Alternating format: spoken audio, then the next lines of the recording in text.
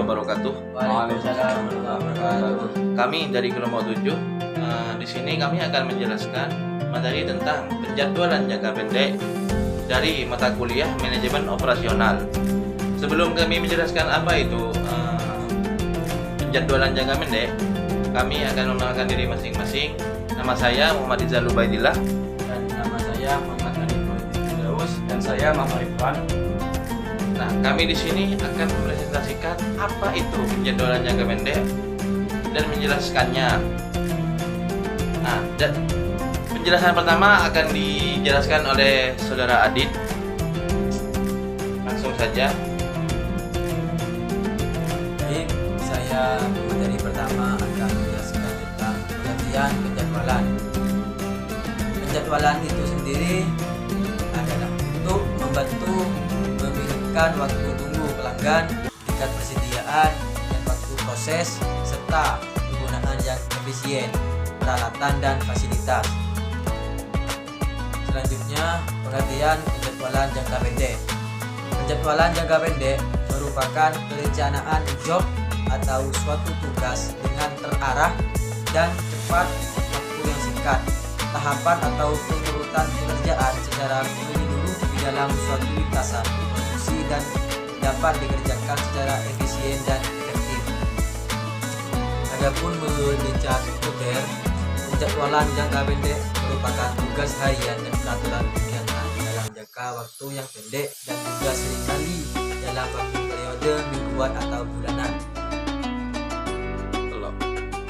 Dan juga menurut James O'Brien, penjadwalan jangka pendek merupakan proses di mana mengalokasikan sumber daya dalam waktu terbatas.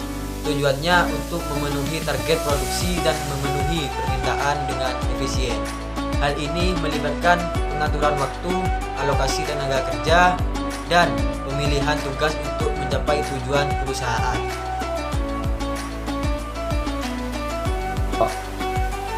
Selanjutnya, isu-isu penjadwalan yang dimana dibagi menjadi 3.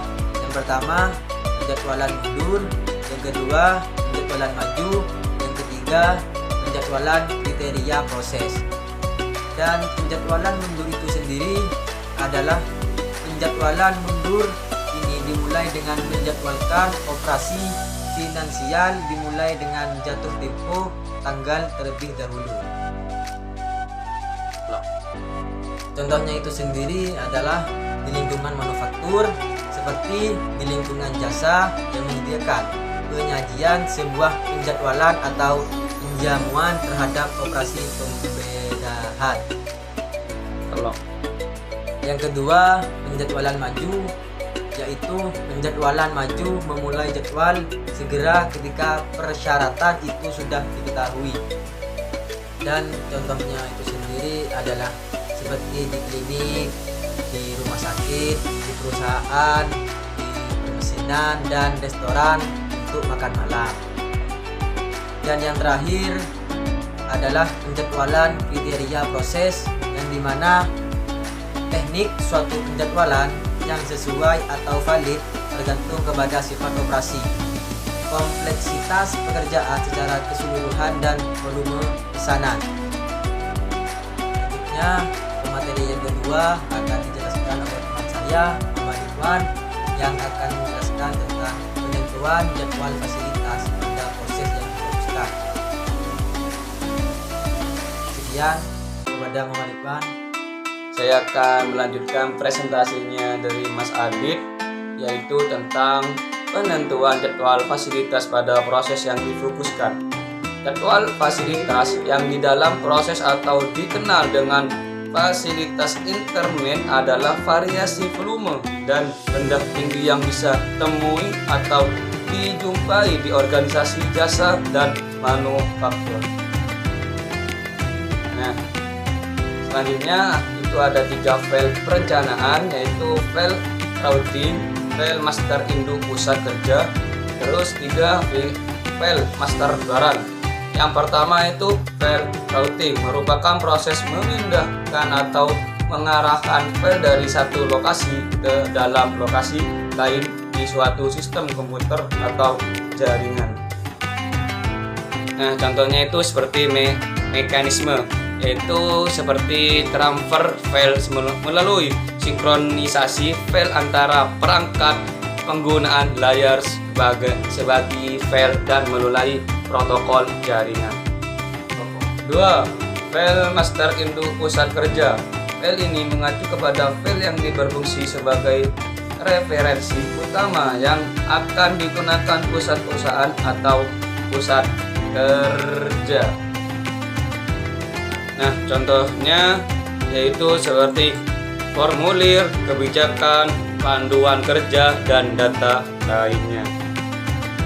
Yang terakhir yaitu file master barang, merupakan file yang berfungsi untuk sumber utama informasi tentang produk atau barang yang dimiliki perusahaan.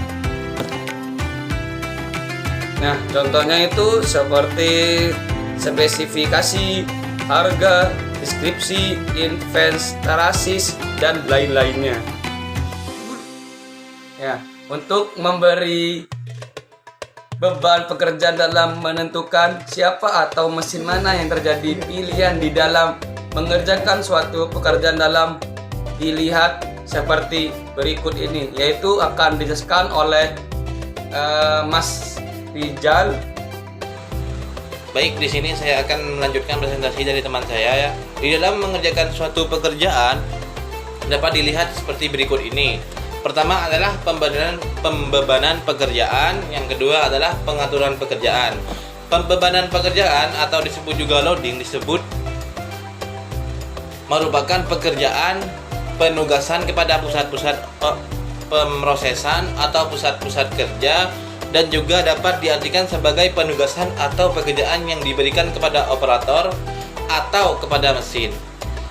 Pembebanan ini menyangkut penjadwalan waktu kerja operator dalam periode waktu 1 hari bahkan 1 minggu. Baik, yang kedua adalah pengurutan pekerjaan. Pengurutan atau disebut juga sebagai dispatching menentukan urutan pekerjaan atau pembagian tugas yang wajib dilakukan setiap pusat kerja. Dalam metode ini dikenal sebagai peraturan prioritas bertujuan untuk mengurutkan pembagian pekerjaan kepada pusat pekerja. Baik, selanjutnya adalah layanan penjadwalan karyawan dengan penjadwalan siklus. Penjadwalan siklus berfokus kepada pengembangan variasi atau tidak konsisten jadwal dengan minimum jumlah pekerjaan. Dalam kasus ini, karyawan ditugaskan secara shift yang telah menetapkan waktu liburnya. Contohnya seperti satpam, ada shift malam dan ada juga shift pagi atau sampai sore gitu. Dibagi tugasnya dari pagi sampai sore. Dan kalau malam, dari malam jam 4:30 mungkin sampai pagi lagi subuh gitu. Atau dibagi menjadi 3 shift, pagi, sore, dan malam. Adalah peran penjadwalan jangka pendek di perusahaan. Ada 3. Pertama adalah mengurangi alokasi tenaga operator. Yang kedua adalah mengoptimalkan penggunaan peralatan. Yang ketiga adalah mengurangi penggunaan mesin produksi. Yang pertama, mengurangi alokasi tenaga operator, yang dimana maka perlu perusahaan bisa mengatur jadwal kerja operator bekerja saat yang paling diperlukan. Jadi alokasi tenaga operator meminimalisir terjadinya penumpukan pekerjaan, jadi tidak bentrok gitu. Baik, yang kedua adalah mengoptimalkan penggunaan peralatan, maka perusahaan bisa atau dapat mengatur jadwal penggunaan peralatan secara efektif dan efisien. Jadi agar peralatan tersebut tidak digunakan secara sembarangan ataupun digunakan secara sia-sia. Jadi harus ada penjadwalan untuk menggunakan alat tersebut, dibagi-bagi agar semuanya teratur gitu. Dan yang ketiga adalah mengurangi penggunaan mesin produksi. maka perusahaan bisa atau dapat mengatur jadwal penggunaan mesin produksi dengan optimal. Dan ini memungkinkan penggunaan mesin hanya dipakai di waktu yang diperlukan saja, dan menghindari pemakaian yang berlebihan. Sekian dari presentasi dari kami. Jika ada kesalahan, kami mohon minta maaf. Dan akhirnya saya perwakilan dari kelompok saya sendiri mengucapkan terima kasih. Dan akhirnya assalamualaikum warahmatullahi wabarakatuh.